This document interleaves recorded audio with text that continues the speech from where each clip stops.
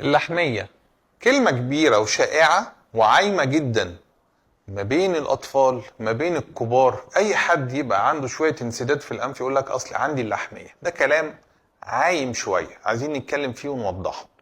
نبتدي في الأطفال.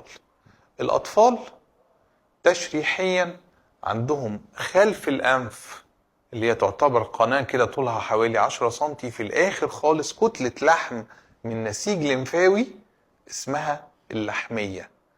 طيب اللحمية دي زي اللوستين، تخيل بالبلدي انها حيل، وظيفتها تنظيف التهابات الانف سواء من ادوار البرد او من نشاط الحساسية اللي اتكلمنا عليه قبل كده.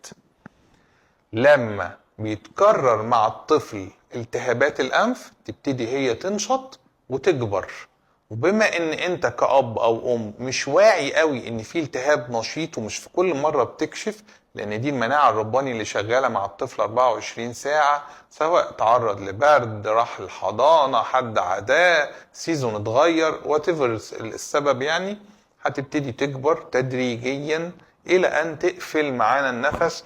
ودي ساعات بنشوفها في سن صغيرة جدا، يمكن سنة او 2، وساعات بنشوفها سن اكبر، سن المدارس 7 و8 و9 سنين حتى، وهي مش بيبتدي يحصل فيها ضمور قبل 10 11 سنة.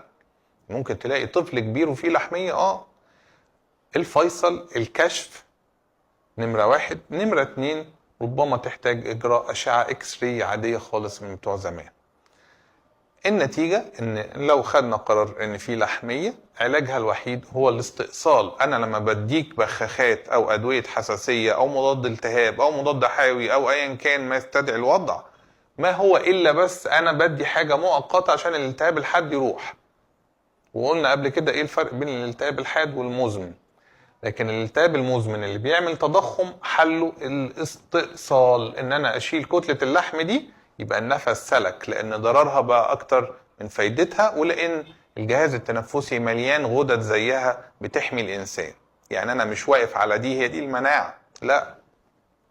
طيب نخش بقى في لحميات الكبار. لحميات الكبار ده برضو مصطلح عايم.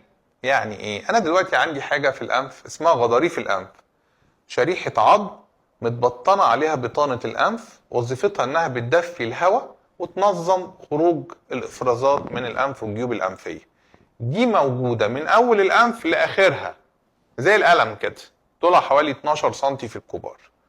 كل ما الإنسان كان عنده التهابات مزمنة في الأنف أو حساسية نشيطة، كل ما حجم القلم ده تخن كبر، فبياخد لي سبيس كبير أو مساحة سطحية كبيرة